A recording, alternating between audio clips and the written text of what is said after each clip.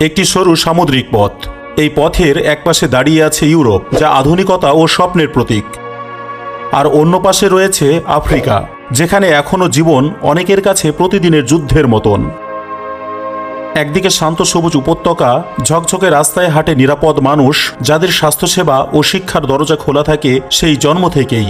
অন্যদিকে আছে পুড়ে যাওয়া ক্ষেত, ক্ষুধার্ত মুখ, শিশুর কান্না আর মায়ের শূন্য দৃষ্টি, যাদের কাছে ভবিষ্যৎ শব্দটা একেবারে কল্পনার মতো।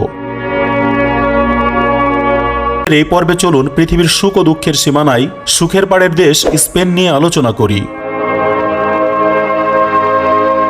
স্পেন ইউরোপের দক্ষিণ পশ্চিম প্রান্তে অবস্থিত একটি বৈচিত্র্যময় দেশ, যা তার সমৃদ্ধ ইতিহাস, প্রাণবন্ত সংস্কৃতি, মনোরম প্রাকৃতিক দৃশ্য এবং আধুনিক জীবনযাত্রার জন্য বিশ্বজুড়ে পরিচিত।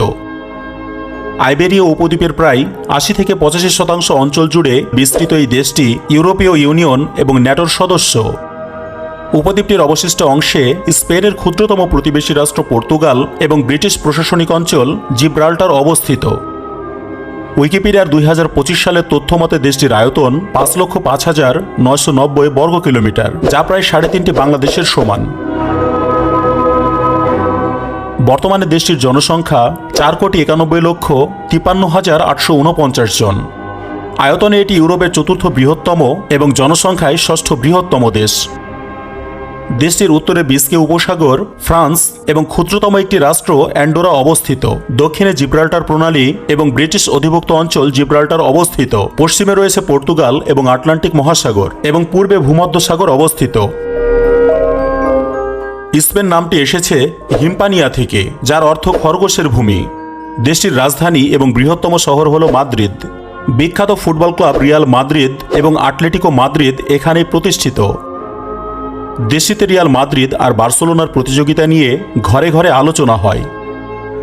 রাজধানী ছাড়াও স্পেনের অন্যান্য শহরের মধ্যে রয়েছে Barcelona, Valencia, Seville, Zaragoza, Malaga, Murcia এবং পালমা ডি ম্যালোরকা। স্পেনের জলবায়ুতেও রয়েছে বৈচিত্র্য। উত্তর পশ্চিম অঞ্চলে আটলান্টিক প্রভাবের কারণে আর্দ্র এবং হালকা গ্রীষ্মকাল দেখা যায়। অন্যদিকে ভূমধ্যসাগরীয় উপকূলে উষ্ণ ও শুষ্ক গ্রীষ্মকাল এবং হালকা শীতকাল পরিলক্ষিত হয়। স্পেনের জাতীয় সঙ্গীত মার্চারিয়াল বিশ্বের এমন কয়েকটি জাতীয় সঙ্গীতের মধ্যে একটি, যার আনুষ্ঠানিক কোনো রিলিক্স বা কথা নেই। এটি শুধু একটি সুর। এমনটি পৃথিবীতে মাত্র 4টি দেশের জাতীয় সঙ্গীতের মধ্যে রয়েছে। বিশ্বের বৃহত্তম জলপাই তেল উৎপাদনকারী দেশ হল স্পেন। বিশ্বের মোট জলপাই তেলের প্রায় অর্ধেক এখানেই উৎপাদিত হয়। 2023-2024 স্পেন 7,66,400 টন জলপাই তেল উৎপাদন করে। দেশটিতে এমন 2টি শহর আছে যা মরক্কোর ভৌগোলিক এলাকায় অবস্থিত, যেগুলো স্পেনের স্বায়ত্তশাসিত অঞ্চল হিসেবে পরিচিত। তবে মরক্কো বহু বছর ধরে এই 2টি শহরকে দখলকৃত অঞ্চল বলে দাবি করে আসছে। শহর দুটি হল সেউতা এবং মেলিয়া। বিশ্বের ধনী ফুটবল ক্লাবগুলোর 2টি স্পেনেই রয়েছে, রিয়াল মাদ্রিদ ও এফসি বার্সেলোনা। স্পেন 2010 সালে প্রথমবার ফিফা ওয়ার্ল্ড কাপ জেতে। ফ্ল্যামেঙ্কো নাচ ও গান স্পেনের ঐতিহ্য, যা ইউনেস্কো হেরিটেজের অংশ। বুলফাইটিং স্পেনের একটি ঐতিহ্যবাহী খেলা, যা অনেক ক্ষেত্রে বিতর্কিত। বর্তমানে স্পেন বিশ্বের 12তম বৃহত্তম অর্থনীতির দেশ। দেশটিতে প্রায় 8,000 কিলোমিটার সমুদ্র সৈকত রয়েছে। দেশের প্রায় প্রতিটি প্রদেশেই সমুদ্র আছে। 2025 সালের এথনোলগের তথ্য অনুযায়ী মাতৃভাষা হিসেবে স্প্যানিশ বর্তমানে বিশ্বের 2য় সর্বাধিক ব্যবহৃত ভাষা। এ দেশে বিশ্বের 3য় সর্বাধিক ইউনেস্কো ওয়ার্ল্ড হেরিটেজ সাইট রয়েছে। ইতালি এবং চীনের পরে সবচেয়ে বেশি ওয়ার্ল্ড হেরিটেজ সাইট আছে এই স্পেনে, যার বর্তমান সংখ্যা 50টি। স্পেন 781 বছর মুসলিম শাসনে ছিল। 711 খ্রিস্টাব্দে উমাইয়া খিলাফতের সেনাপতি তারিক ইবনে জিয়াদ জিব্রাল্টার পেরিয়ে স্পেনে প্রবেশ করে ইসলামী শাসনের সূচনা করেন, যা চলেছিল 1492 সাল পর্যন্ত। এ সময় স্পেন ইউরোপের অন্যতম জ্ঞান বিজ্ঞান ও সংস্কৃতির কেন্দ্র হিসেবে গড়ে ওঠে। 1492 সালে গ্রানাডার পতনের মাধ্যমে মুসলিম শাসন শেষ হয়। 16 থেকে 17তম শতাব্দীতে বিশ্বের অন্যতম শক্তিশালী এবং বিস্তৃত সাম্রাজ্য ছিল স্প্যানিশ সাম্রাজ্য। তখন এটিকে বলা হতো যে সাম্রাজ্যে সূর্য কখনো অস্ত যায় না। পরবর্তীতে ব্রিটিশ সাম্রাজ্য আরও বড় পরিসরে বিস্তার লাভ করলে সূর্য কখনো অস্ত যায় না ব্রিটিশ সাম্রাজ্যকে বলা হতো। সেই সময় স্প্যানিশ সাম্রাজ্য আমেরিকা, আফ্রিকা, এশিয়া ও ওশেনিয়ার বিভিন্ন দ্বীপপুঞ্জের বিশাল অংশ, সেই সাথে ইউরোপের অন্যান্য অংশেরও ভূখণ্ড শাসন করেছিল। দেশটির সরকারি ভাষা হল স্প্যানিশ। এটি সারা দেশে সরকারি ও প্রশাসনিক কাজে ব্যবহৃত হয়। তবে স্পেনের বেশ কিছু স্বায়ত্তশাসিত অঞ্চলে স্থানীয় ভাষাগুলো সহকারী ভাষা হিসেবে স্বীকৃত। দেশে তেমন অনেক বিশ্ববিখ্যাত ব্র্যান্ড রয়েছে যেগুলো নানা খাতে, বিশেষ করে ফ্যাশন, খাবার, গাড়ি, কসমেটিক্স ও স্পোর্টসে বিশ্বজুড়ে জনপ্রিয়, যেমন সিট, কিউপ্রা, টেলিফোনিকা, জারা, ম্যাঙ্গো ইত্যাদি। স্প্যানিশরা খুবই উষ্ণ এবং বন্ধুত্বপূর্ণ। তারা অপরিচিতদের সাথে সহজে মিশে যায় এবং অতিথিদের প্রতি অত্যন্ত উদার। ক্যাফে বা বারে বন্ধুদের সাথে আড্ডা দেওয়া, ছোট ছোট খাবার খাওয়া এবং পানি উপভোগ করা তাদের দৈনন্দিন জীবনের একটি অংশ। সন্ধ্যা বা রাতের বেলায় রাস্তায় মানুষজনের আনাগোনা দেখে তাদের সামাজিক প্রবণতা বোঝা যায়। তারা সাধারণত সরাসরি কথা বলতে পছন্দ করে। তাদের কথোপকথনে আবেগ এবং অঙ্গভঙ্গির ব্যবহার খুব বেশি দেখা যায়। কিছু কিছু ক্ষেত্রে তারা এমন উচ্চস্বরে কথা বলে যে যা অনেক সময় বিদেশিদের কাছে বিতর্ক বলে মনে হতে পারে, কিন্তু এটা আসলে তাদের যোগাযোগের স্বাভাবিক একটি ভঙ্গি। স্প্যানিশরা উৎসব উদযাপন করতে বেশ ভালোবাসে। এখানে প্রতিটি শহরেই নিজস্ব স্থানীয় উৎসব রয়েছে। তারা ফ্যাশন সচেতন এবং জনসম্মুখে পরিপাটি পোশাক পরতে পছন্দ করে। এমনকি সাধারণ দিনের বেলাতেও তারা স্টাইলিশ পোশাক পরিধান করে। তাদের দৈনন্দিন রুটিন, সামাজিক রীতি এবং পছন্দ অপছন্দ ইউরোপের অন্যান্য দেশের তুলনায় একেবারেই আলাদা। সময়ের ব্যাপারে তারা বেশ উদাসীন। অ্যাপয়েন্টমেন্ট বা পার্টি 30 মিনিট থেকে 2 ঘন্টা দেরিতে শুরু করা মোটামুটি সাধারণ একটি বিষয়। স্পেন পৃথিবীর সেই সব দেশগুলির ভিতরে একটি যারা সমলিঙ্গের বিবাহকে বৈধতা দেয়। 2005 সালে স্পেন তৃতীয় দেশ হিসেবে সমলিঙ্গের বিবাহকে জাতীয়ভাবে বৈধতা দেয়। দেশটিতে কোনো আনুষ্ঠানিক রাষ্ট্রধর্ম নেই। 1978 সালের স্প্যানিশ সংবিধানের 16 নম্বর ধারা অনুযায়ী স্পেন একটি ধর্মনিরপেক্ষ রাষ্ট্র। এখানে যে যার মতো ধর্ম পালন করতে পারে। 2025 সালের উইকিপিডিয়ার তথ্য অনুসারে দেশটির মানুষ 55.4% খ্রিস্টান, 15.8% নাস্তিক, 12% উদাসীন বা ধর্মহীন, 11.2% অজ্ঞেয়বাদী, 3.6% অন্যান্য ধর্ম এবং 2% মানুষ তাদের ধর্মকে প্রকাশ করেনি।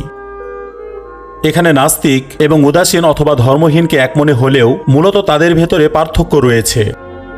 নাস্তিক বলতে সেই ব্যক্তিকে বোঝায় যে কোনো ঈশ্বর বা দেবদেবীতে বিশ্বাস রাখে না, সরাসরি অস্বীকার করে। উদাসীন বা ধর্মহীন বলতে সাধারণত সেই ব্যক্তিকে বোঝায় যাদের নির্দিষ্ট কোনো ধর্মে বিশ্বাস নেই এবং যারা ধর্মীয় বিষয়ে তেমন আগ্রহী নন। তারা সক্রিয়ভাবে কোনো ধর্মীয় কার্যকলাপ বা উপাসনায় অংশ নেন না। তারা ঈশ্বরের অস্তিত্বে বিশ্বাস করতেও পারেন, আবার নাও করতে পারেন, কিন্তু বিষয়টি তাদের কাছে গুরুত্বপূর্ণ নয়। আর আজ্ঞেয়বাদী হলো তারা যারা বলেন ঈশ্বর আছেন কিনা তা জানা বা প্রমাণ করা সম্ভব নয়। তারা সরাসরি বিশ্বাস বা অবিশ্বাস কিছুই করেন না, বরং বলেন জানি না। দ্য হেনলি পাসপোর্ট ইন্ডেক্সের গ্লোবাল পাসপোর্ট র্যাঙ্কিং 2025 মতে স্পেনের পাসপোর্ট তৃতীয় অবস্থানে রয়েছে। স্পেনের পাসপোর্ট দিয়ে বিনা ভিসাতে 189টি দেশে ভ্রমণ করা যাবে। এই রিপোর্ট মতে ভারতের পাসপোর্ট দিয়ে ভিসা ছাড়া 58টি দেশে এবং বাংলাদেশের পাসপোর্ট দিয়ে ভিসা ছাড়া 39টি দেশে ভ্রমণ করা যাবে। বিশ্বব্যাংকের 2023 সালের সর্বশেষ তথ্য অনুসারে স্প্যানিশদের গড়ায়ু 84 বছর, যা বিশ্বের সর্বোচ্চ গড়ায়ুষ কালগুলির মধ্যে অন্যতম। ডন কুইক্সোট বইটি স্পেনের, যাকে বিশ্বের প্রথম আধুনিক উপন্যাস হিসেবে ধরা হয়। বইটির লেখক মিগেল দে সার্ভান্টেস। স্পেন পৃথিবীর অন্যতম জনপ্রিয় পর্যটন গন্তব্য।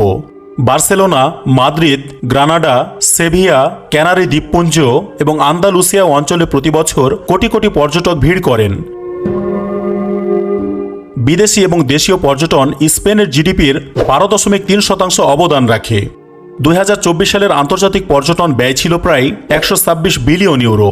2024 সালে স্পেন বিশ্বের দ্বিতীয় সর্বাধিক ভ্রমণকারী দেশ ছিল, যেখানে প্রায় 9,40,00,000 মানুষ দেশটিতে ঘুরতে আসে।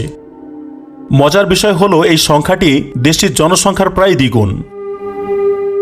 দেশটিতে যুক্তরাজ্য, Ireland, France, Germany, Italy, Benelux এবং মার্কিন যুক্তরাষ্ট্র থেকে বিপুল সংখ্যক পর্যটক আসেন। হোটেল, রেস্টুরেন্ট, গাইড, ট্রান্সপোর্ট, দোকান সবই এই খাতের সাথে জড়িত। স্পেনের মানুষদের আয়ের প্রধান উৎসগুলো বেশ বৈচিত্র্যময়। দেশটিতে আয়ের প্রধান উৎসগুলো হল পর্যটন, নির্মাণ খাত, কৃষি ও খাদ্য উৎপাদন, শিল্প ও উৎপাদন, সেবা খাত, রপ্তানি, ফ্রিল্যান্সিং ও রিমোট কাজ ইত্যাদি। স্পেনের বেশ কিছু এলাকা মরুভূমির মতো শুকনো। দেশের আলমেরিয়া প্রদেশে তাবেরনাস মরুভূমি অবস্থিত, যা ইউরোপের একমাত্র প্রকৃত মরুভূমি। ফ্রান্স ও ইতালির পরে স্পেন বিশ্বের বৃহত্তম ওয়াইন উৎপাদনকারী দেশ। 2023 সালে দেশটি 2,83,00,000 লিটার ওয়াইন উৎপাদন করেছে। ওয়ার্ল্ড হ্যাপিনেস রিপোর্ট 2025 অনুসারে দেশটি 38তম স্থানে রয়েছে, যেখানে বাংলাদেশ 134তম এবং ভারত 118তম স্থানে রয়েছে। অর্থাৎ স্পেনের মানুষ আমাদের অঞ্চলের তুলনায় অনেকটাই সুখী।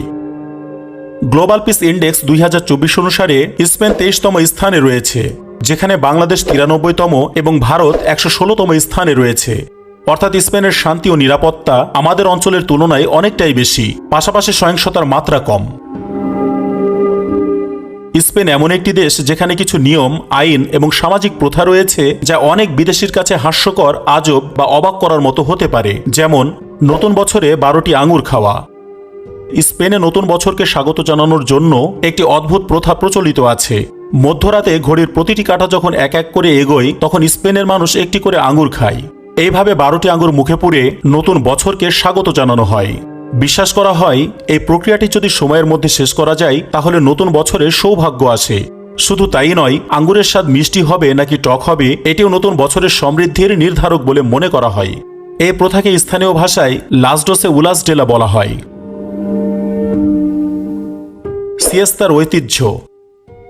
স্পেনে দুপুরের দিকে সিয়েস্তা নামে একটি প্রথা চালু ছিল, যেখানে অনেক দোকান, অফিস এবং ব্যবসা প্রতিষ্ঠান কয়েক ঘন্টার জন্য বন্ধ থাকে। লোকজন এই সময়ে বিশ্রাম নেয় বা ঘুমায়। আধুনিক স্পেনে এই প্রথাটি অনেকটা কমে গেলেও গ্রামাঞ্চলে এখনও এটি জনপ্রিয়। এটা অনেকের কাছে অবাক লাগতে পারে, কেননা পুরো শহর, বিশেষ করে গ্রাম, ঘুমিয়ে পড়ে। প্রতি বছর আগস্টের শেষ বুধবার বুনোল শহরে লা টোমাটিমা নামে একটি উৎসব পালিত হয়, যেখানে হাজার হাজার মানুষ রাস্তায় টমেটো ছুঁড়ে মারে। এই টমেটো যুদ্ধ কোনো ধর্মীয় বা ঐতিহাসিক কারণ ছাড়াই শুধুমাত্র মজার জন্য শুরু হয়েছিল। স্পেনের মুদ্রা হল ইউরো। 2002 সালের জানুয়ারি মাসের 1 তারিখ থেকে স্পেন আনুষ্ঠানিকভাবে ইউরোর ব্যবহার শুরু করে। এর আগে স্পেনের নিজস্ব মুদ্রা ছিল পেসেতা। 12 জুন 2025-এর সর্বশেষ হিসাব মতে 1 ইউরো সমান 141.67 বাংলাদেশি টাকা এবং ভারতীয় রুপিতে 99.13 রুপি। জিব্রাল্টার প্রণালী হল ভূমধ্যসাগর ও আটলান্টিক মহাসাগরের মধ্যে সংযোগকারী একটি সরু জলপথ, যা ইউরোপ ও আফ্রিকার মধ্যে অবস্থিত।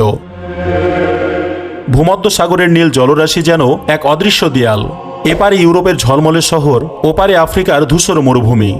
একই সাগর স্পর্শ করে আছে দুইটি মহাদেশ, কিন্তু তাদের গল্প যেন দুটি বিপরীত মহাবিশ্ব। ইউরোপের তীরে শিশুরা বিনামূল্যের বই হাতে নিয়ে নিরাপদে স্কুলে যায়, বৃদ্ধরা হাসপাতালে শুভ্র বিছানাতে চিকিৎসা পায়, ক্যাফেতে বসে তরুণেরা স্বপ্নের কথা বলে, সরকার তাদের বেকারত্ব ভাতা দেয়। আর আফ্রিকার তীরে ক্ষুধার্ত শিশুরা পানির জন্য 10 কিলোমিটার পায়ে হেঁটে চলে, যুদ্ধের গোলায় বাড়িঘর উড়ে যায়, মায়েরা সন্তানকে জড়িয়ে ধরে কাঁদে, এক টুকরো রুটির জন্য প্রতিযোগিতা চলে, চিকিৎসা এবং চিকিৎসক না থাকার কারণে তারা কলেরায় মারা যায়। এ যেন এক পৃথিবীর দুইটি নিয়ম। যাই হোক, এই জিব্রাল্টার প্রণালীর উত্তর দিকে রয়েছে স্পেন আর দক্ষিণ দিকে রয়েছে মরক্কো। এই প্রণালীটির সর্বনিম্ন প্রস্থ 13 কিলোমিটার মতো, অর্থাৎ পরিষ্কার দিনে দুই তীরে একে অপরকে দেখা যায়। বহু শতাব্দী ধরে এই প্রণালীটি ছিল বাণিজ্য, ঔপনিবেশিকতা, যুদ্ধ ও অভিবাসনের প্রধান পথ। আজও এ পথ হয়ে আফ্রিকা থেকে হাজার হাজার মানুষ ইউরোপে পাড়ি জমায় নতুন জীবনের আশায়। ভিডিওটি ভালো লাগলে শেয়ার করার অনুরোধ রইল।